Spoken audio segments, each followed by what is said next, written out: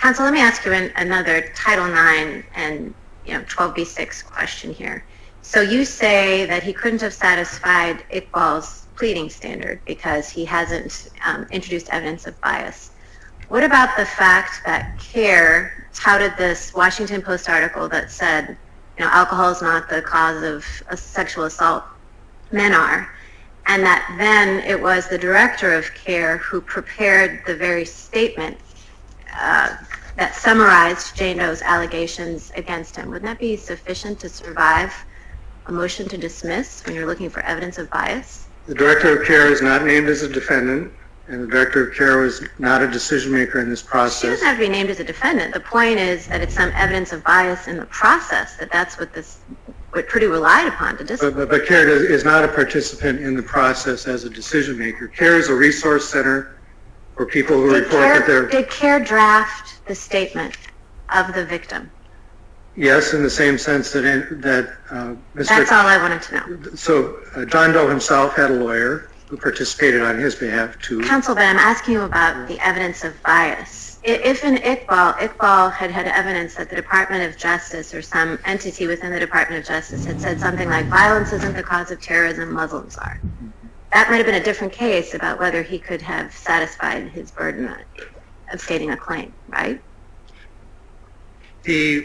That would be a different case, but I don't think that case maps up well to this case. So the campus is a free speech environment.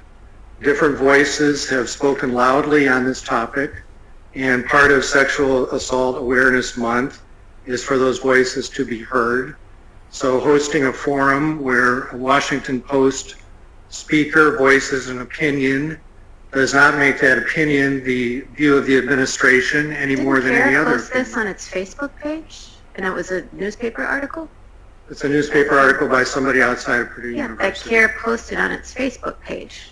There's no suggestion that... I'm not saying that CARE doesn't have free speech rights, counsel, but what I'm saying is that he has alleged in his complaint that CARE said something that might raise an allegation of bias when CARE and its director prepared the victim's statement on which the committee relied. We're just talking about whether he can survive a motion to dismiss. If John Doe believed that CARE had that degree of influence in this process, surely he would have named the author of that statement as a defendant out of the many people that he named in this process, but he did not.